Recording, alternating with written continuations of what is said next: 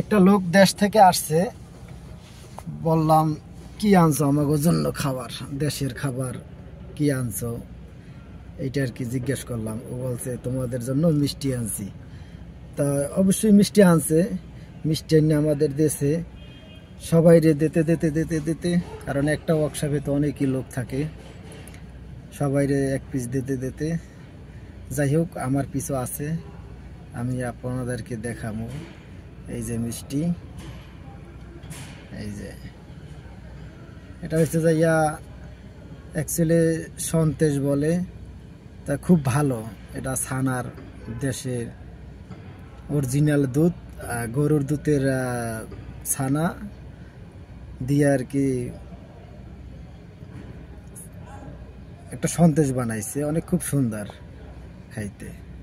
খাইয়ে দেখি কেমন লাগে।